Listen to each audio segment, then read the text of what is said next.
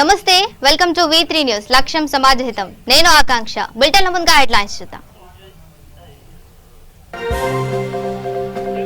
ఉధృతమవుతున్న Visakha steel ప్రైవేటీకరణ వ్యతిరేక ఉద్యమం సీఎం ఆధ్వర్యంలో పాత గాజువాకలో రాస్తారోకో కుప్పంలోని ఎన్టీఆర్ కాలనీలో తాగునీటి సమస్య 3 నెలలుగా ఇదే పరిస్థితి పరిష్కరించకపోతే ఉద్యమిస్తామన్న టీడీపీ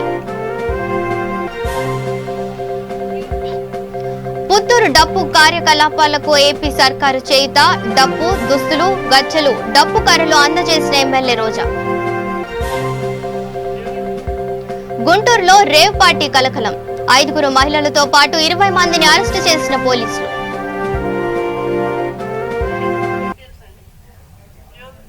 ఇక డీటెయిల్స్ చూస్తే విశాఖ స్టీల్ కర్మాగారం ప్రైవేటీకరణ వ్యతిరేక ఉద్యమం నానాటికి తీవ్రమవుతుంది ఈ క్రమంలోనే సిపిఎం ఆధ్వర్యంలో పాత గాజువాకలో రాస్తారోకో నిర్వహించారు ఈ కారణంగా వాహనాల రాకపోకలకు తీవ్ర అంతరాయం కలిగింది ఈ నేపథ్యంలో రంగంలోకి దిగిన పోలీసులకు ఆందోళనకారులకు మధ్య వాగ్వాదం జరిగింది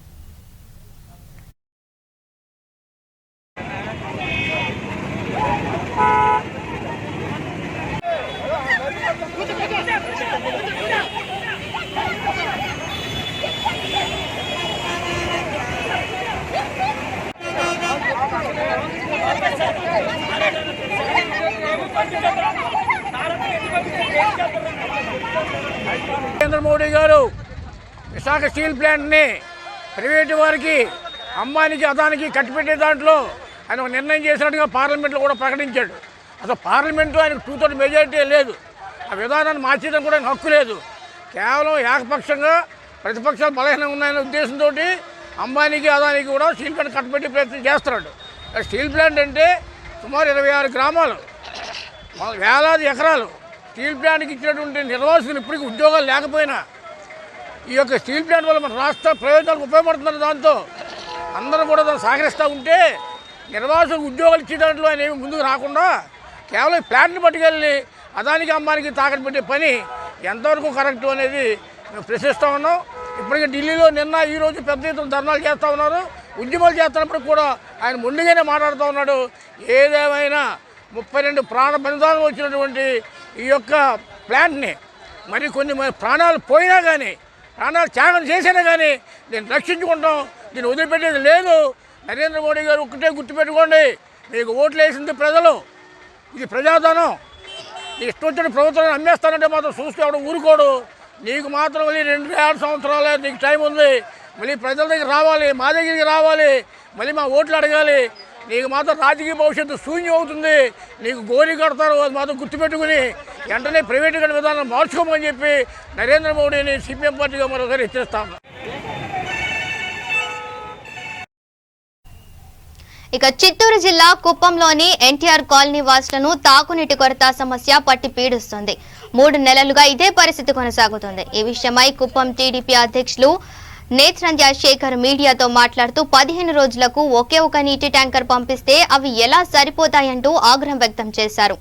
మున్సిపల్ కమిషనర్ చిట్టిబాబు చొరవ తీసుకుని సమస్యను పరిష్కరించాలని కోరారు, లేకపోతే ఉద్యమిస్తామని ఆయన హెచ్చరించారు.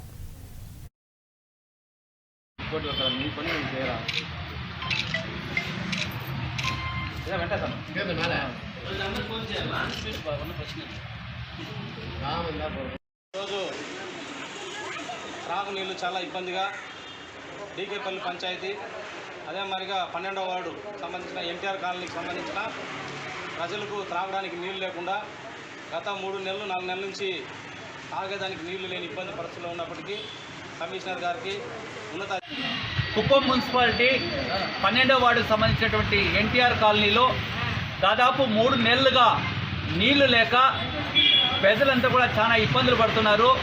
ఎక్కడ ఏ వీధిలో కూడాను నీళ్లు దొరకడం అనేది గగనమైపోతూ ఉంది.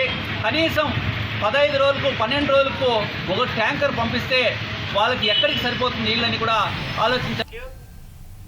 ఇక 72 మంది డబ్బు కళాకారులను ప్రభుత్వం నుంచి లబ్ధి పొందారు. చిత్తూరు జిల్లా పుత్తూరు మండలం ప్రజా పరిషత్ అభివృద్ధి కార్యాలయంలో నిర్వహించిన కార్యక్రమంలో నగర ఎమ్మెల్యే రోజా వారికి డప్పులు, దుస్తులు, గజ్జలు, డప్పు కర్రలను అందజేశారు. ఈ సందర్భంగా వారు మొక్కలు నాటారు.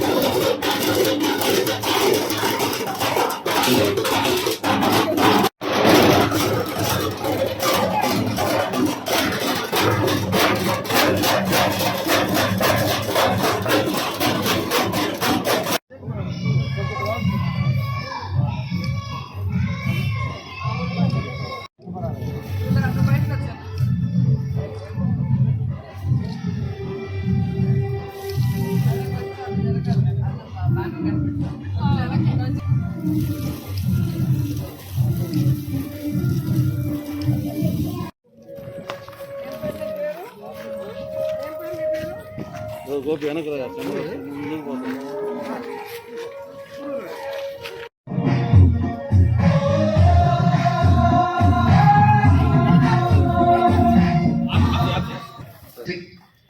రాష్ట్ర ఎన్ని కష్టాల్లో ఉన్న ఆ కష్టాన్ని తాను అనుభవిస్తూ ఇచ్చిన ప్రతి వాగ్దానాన్ని నెరవేరుస్తూ ప్రతి కుటుంబాన్ని ఆశీర్వదిస్తూ తాను ఇచ్చిన వాగ్దానమే కాకుండా ఇవన్నీ అనేక కార్యక్రమాలు. ఈరోజు సంవత్సరం పైగా కోవిడ్ వచ్చి మరి రాష్ట్రం అతలాకుతలంగా ఉంది. అన్ని రాష్ట్రాల్లో ముఖ్యమంత్రులు ప్రజల్ని గాలికి వదిలేసి మీ వల్ల అయితే అప్పో సొప్పో చేసుకొని టెస్టింగ్లు చేసుకోండి, మెడిసిన్స్ తీసుకోండి, బతికి బట్ట కట్టండి, లేదా మీ కర్మ అన్నట్టుగా వదిలేశారు. కానీ జగన్మోహన్ రెడ్డి గారు టెస్టింగ్ల నుంచి వ్యాక్సినేషన్ వరకు రాకముందు ఏం చేయాలి, ఒకవేళ వస్తే వాళ్ళని ఎలా కాపాడాలి, వాళ్ళకి మెడిసిన్స్, వాళ్ళకి కోవిడ్ సెంటర్స్, అలాగే మరి స్విమ్స్ కానీ రుయాలో కానీ మరి వెంటిలేటర్స్ అరేంజ్ చేసి మనల్ని కాపాడిన విధానం కూడా మనం కళ్ళారా చూసాం. అంతేకాకుండా ఈరోజు మహిళల్ని గౌరవిస్తూ ప్రతి మహిళ ఇక ఉక్కు ప్రైవేటీకరణకు వ్యతిరేకంగా ఢిల్లీలో చేపట్టిన ఆందోళనకు డీసీఎంఎస్ చైర్మన్ పల్లా చింతనపల్లి మద్దతు పలికారు. ఇందులో భాగంగా గాజువాకలో నిరాహార దీక్ష చేశారు. శిబిరాన్ని సందర్శించిన ఎమ్మెల్యే తిప్పల నాగిరెడ్డి దీక్షలో కూర్చున్న వారికి పూలదండ వేసి సంఘీభావం ప్రకటించారు. ఈ సందర్భంగా వారు మాట్లాడుతూ ప్రైవేటీకరణ వల్ల ఉద్యోగులకే కాకుండా నిర్వాసితులకు తీవ్ర అన్యాయం జరుగుతుందన్నారు. లాభాల బాటలో పయనిస్తున్న ప్లాంట్లను 100% ప్రైవేటు పెట్టుబడులకు స్వాగతించడం కార్మిక వ్యతిరేక చర్య అని అభివర్ణించారు. ఈ కార్యక్రమంలో చింతలపూడి వెంకటరామయ్య, మహిళా నేతలు పాల్గొన్నారు. 1,30,000 కోట్లు వాల్యూ చేసే దాన్ని ఇవాళ ప్రైవేట్ పరం చేద్దామని మీరు దుర్మార్గంగా దీన్ని దోచుకుందామని మీరు ప్రయత్నాలు చేస్తున్నారు. ఇది చాలా దుర్మార్గమైనటువంటి చర్య. మీ ప్లాంట్కి అప్పుడంటారు, అప్పుడంతా పెంచండి. మీరు ఇచ్చిందంత 4,900 కోట్లు. ప్రైవేట్ పరం అవ్వదు అని ఒక నమ్మకం అయితే నాకు ఉన్నది. మనం గొడవల బుద్ధిని. ఇక రేవ్ పార్టీ గుంటూరులో కలకలం రేపింది. లక్ష్మీపురంలోని ఓ భవంతిలో పార్టీ జరుగుతుందన్న సమాచారంతో పట్టాభిపురం పోలీసులు దాడి చేశారు. 5 మహిళలతో పాటు 20 మందిని అరెస్టు చేశారు. అయితే ఈ పార్టీలో ఉన్న ఒక సిఐతో పాటు మరో 3 ప్రముఖులను తప్పించినట్లు ప్రచారం జరుగుతోంది.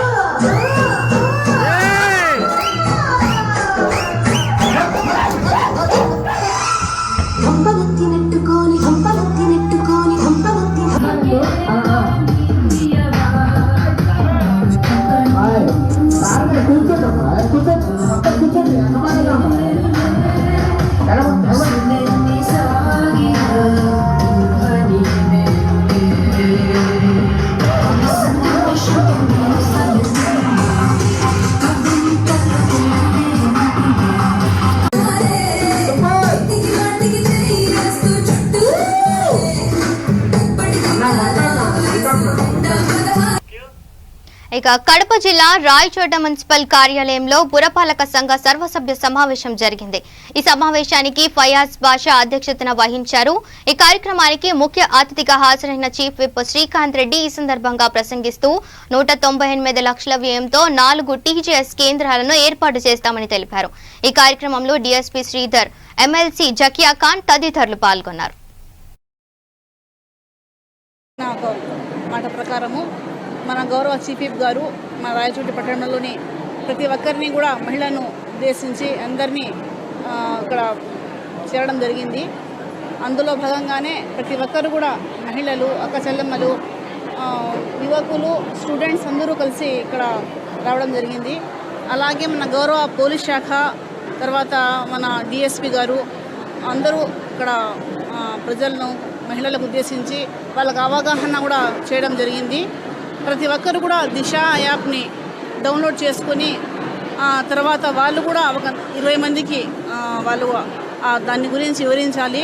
ప్రతి ఒక్కరు కూడా మన మహిళలు, అక్క చెల్లెమ్మలు ఎవరైనా కూడా వయసుతో నిమిత్తం లేకుండా ప్రతి ఒక్కరు కూడా సేఫ్గా ఉండాలి అని చెప్పి ఒక మంచి ఉద్దేశాలతో ఈ కార్యక్రమాన్ని చేపట్టడం జరిగింది. అదేవిధంగా ఎక్కడ మారుమూల గ్రామంలో అయినా, ఏ ప్రాంతంలో అయింది మహిళలకు అండగా ఉంటుంది అని ప్రతి ఒక్కరూ కోరుకుంటున్నారు. మన గౌరవ జగన్న గారి యొక్క కార్యక్రమాలు మహిళలకు ఏవైతే ఒక మంచి వాళ్లకు సురక్షితంగా ఉండాలని ఒక కోరికతో ఇవన్నీ చేయడం జరిగింది. కాబట్టి మహిళలందరూ కూడా వాళ్ళు సురక్షితంగా ఉండాలి, వాళ్ళు తానే సేఫ్గా పెట్టుకోవాలని చెప్పి మంచి ఉద్దేశాలతో ఇవన్నీ వాళ్ళు కూడా వాళ్ళలో చాలామందికి అవగాహన రావడం జరిగింది. అలాగే మారుమూల ప్రాంతాల్లో కూడా, పల్లెల్లో చాలామంది తెలియని వారికి కూడా చాలామంది వాలంటీర్స్ అయినా, మన ఇతర ఎవరైనా కూడా మన జగన్న గవర్నమెంట్లో పనిచేసే వాళ్ళు, ప్రజాప్రతినిధులు ప్రతి ఒక్కరు కూడా వాళ్లకు అవగాహన కల్పిస్తున్నారు. అందరూ జాగ్రత్తగా ఉండి తమను తాము రక్షించుకునేట్టుగా ఉండాలని చెప్పి కోరుకుంటున్నాను. వాళ్ళ సచివాలయానికి సంబంధించిన మహిళలందరి చేత కూడా మ్యాక్సిమం డౌన్లోడ్ చేస్తారని ఆశిస్తున్నాము. అదేవిధంగా కోవిడ్ థర్డ్ వేవ్ అది అంటున్నారు, అందరూ కూడా జాగ్రత్త పాటిస్తూ ప్రతి ఒక్కరూ మాస్క్ ధరించి డిస్టెన్స్ మెయింటైన్ చేస్తూ శానిటైజర్ను వాడాలని చెప్పి థర్డ్ వేవ్ నుంచి అందరూ కూడా ఇబ్బంది లేకుండా అందరూ కూడా సురక్షితంగా బయటపడాలని కోరుకుంటున్నాము. అదేవిధంగా మన ఎమ్మెల్సీ గారు జకియా ఖాన్ గారు అడిగిన వెంటనే మేడం కూడా వచ్చి తన అమూల్యమైన సందేశాన్ని ఇచ్చారు. మన ఎమ్మెల్యే సార్ గారు అయితే ప్రజల్ని తన కుటుంబ సభ్యులాగా చాలా బాగా చూసి వాళ్ళకి ఎలాంటి సమస్య వచ్చినా కూడా వెంటనే పరిష్కారం చేస్తున్నారు. చాలా సంతోషమైన విషయం ఇది. ఇదే విధంగా మన ఎమ్మెల్యే సార్ గారు చెప్పిన ఈ విషయాలన్నీ కూడా మీరు పాటిస్తూ మీరంతా కూడా సురక్షితంగా. ఇక చిత్తూరు జిల్లా పోలీసులు వాహన దొంగల ముఠా ఆట కట్టించారు. జిల్లా వ్యాప్తంగా నమోదైన ద్విచక్ర వాహనాల దొంగతనాల కేసును ఛేదించేందుకు ఎస్పీ సెంథిల్ కుమార్ నేతృత్వంలోని బృందం రంగంలోకి దిగింది.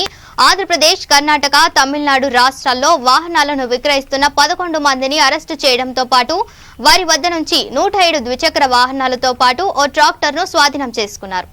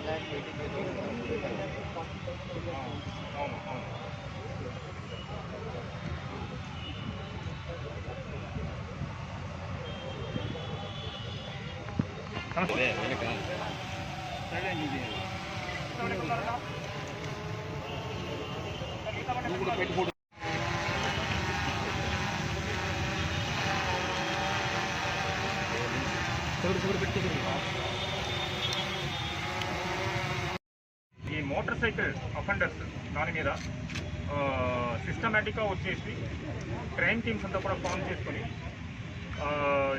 ఈ ఇంటర్స్టేట్ అఫెండర్స్ ముఠా ఒకటి మనం ఈరోజు పట్టుకోవడం అనేది జరిగింది. ఈ మోటార్ సైకిల్ దొంగతనం అనేది చాలా ఒక ర్యాంపంట్ టైప్ ఆఫ్ క్రైమ్ అది. మన జిల్లాలో మాత్రం చూసేటప్పుడు ఇలా హండ్రెడ్స్ ఆఫ్ మోటార్ సైకిల్స్ వచ్చేసి దొంగతనానికి గురి అయినాయి. ఇది it's a very easy type of N offence.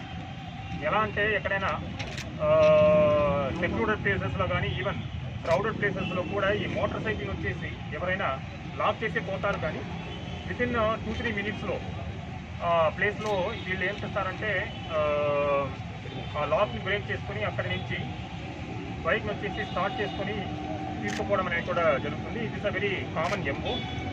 చాలా వరకు మన జిల్లాలో కేసెస్ నమోదైనాయి. సో దీని మీద స్పెసిఫిక్గా వచ్చేసి మేము టీమ్స్ అనేది ఫామ్ చేయడం జరిగింది. సో ఈ టీమ్స్, క్రైమ్ టీమ్స్ చేసిన ఈ గుడ్ వర్క్ వలన మనకి ఈరోజు 107 మోటార్ సైకిల్స్ అండ్ 1 ట్రాక్టర్ కూడా మేము రికవరీ చేయడం అనేది జరిగింది. ఇది 3 సబ్ డివిజనల్ క్రైమ్ టీమ్స్ అంతా కలిసి చేసిన గుడ్ వర్క్ అని చెప్పాలి. పలమనేరు, చిత్తూరు మరియు పుత్తూరు, శ్రీ సిటీ ఈ 4 పరిధిలో కూడా ఈ అఫెండర్స్ ఇప్పటి వరకు వచ్చేసి ఒక 11 మెంబర్స్ అఫెండర్స్ మనం పట్టుకోవడం జరిగింది. ఇక మున్సిపాలిటీ నిధుల దుర్వినియోగంపై నర్సీపట్నం ఆర్డీఓ కార్యాలయానికి జనసేన ఫిర్యాదు చేసింది. విశాఖ జిల్లా నర్సీపట్నం మున్సిపాలిటీ 9వ వార్డు కౌన్సిలర్ అద్దెపల్లి స్వాజన్య, జనసేన నాయకులు పంచాడ హరి, అద్దెపల్లి నగేష్, సోరవరపు శ్రీనివాస్, పాత్రుడు తాతబాబు, నరేష్ తో కలిసి ఈ మేరకు ఆర్డీఓ కార్యాలయం నిర్వహణ అధికారికి ఓ వినతి పత్రం అందజేసింది. ఈ సందర్భంగా జనసేన నేత గణేష్ మాట్లాడుతూ గతేడాది సెప్టెంబర్లో వైఎస్ఆర్ ఆసరా పథకం ప్రారంభోత్సవాల పేరిట 12 లక్షల రూపాయల నిధులు దుర్వినియోగం అయ్యాయని ఆరోపించారు. ఇందుకు కారకులైన వారిపై చర్యలు తీసుకోవాలని కోరారు.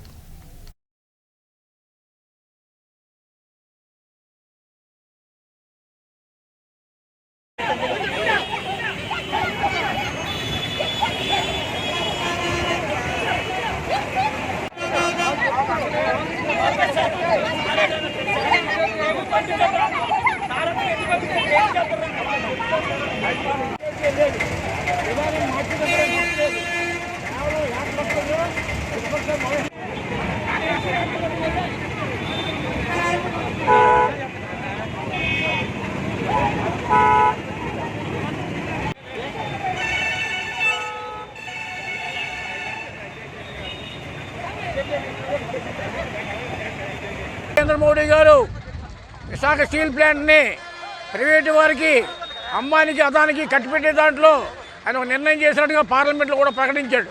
అసలు పార్లమెంట్లో ఆయనకు 2/3 మెజారిటీ లేదు. ఆ విధానాన్ని మార్చేయడం కూడా ఆయనకు హక్కు లేదు.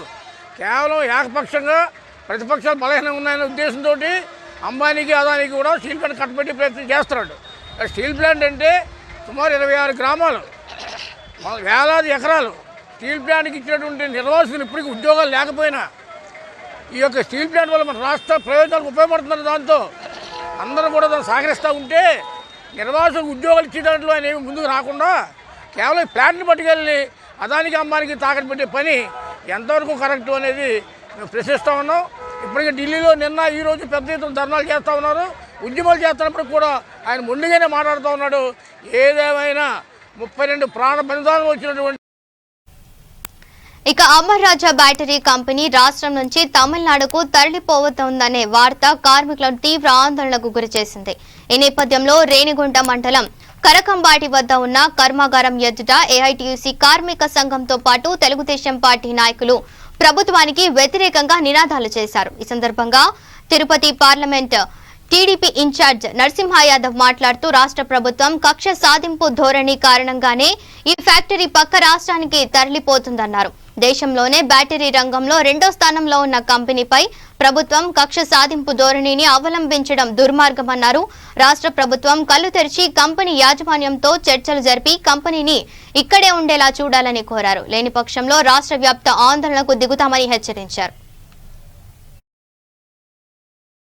కార్మికుల కడుపులను ఉండాలి ఉండాలి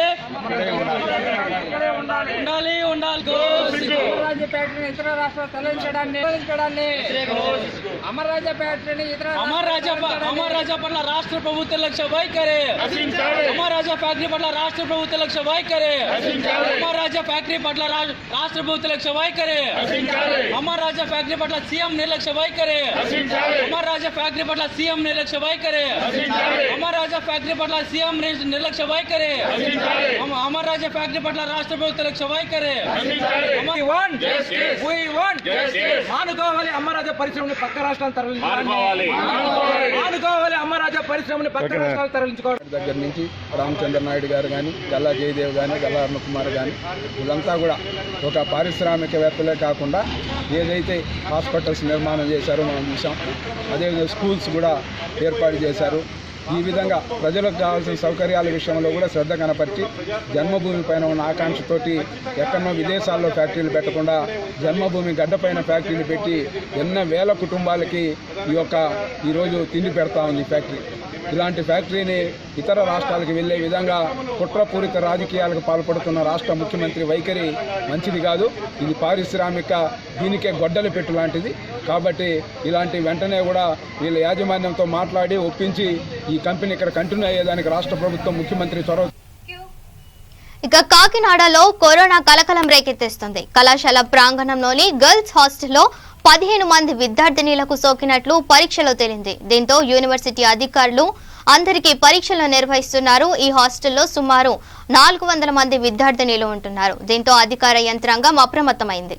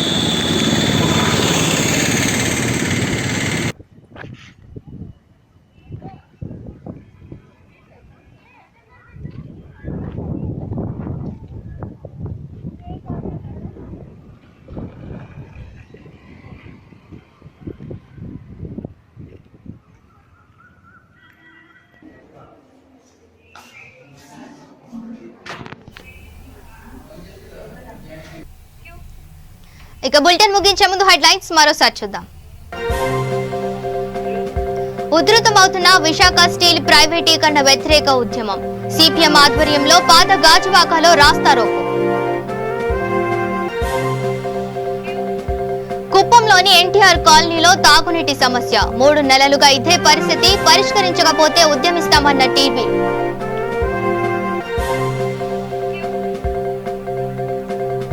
పుత్తూరు డప్పు కళాకారులకు ఏపీ సర్కారు చేయూత. డప్పు, దుస్తులు, గజ్జలు, డప్పు కార్లు అందజేసిన ఎమ్మెల్యే రోజా. గుంటూరులో రేవ్ పార్టీ కలకలం. 5 మహిళలతో పాటు 20 మందిని అరెస్టు చేసిన పోలీసులు. ఇవి bulletin updates. Stay tuned to V3 news. లక్ష్యం సమాజహితం.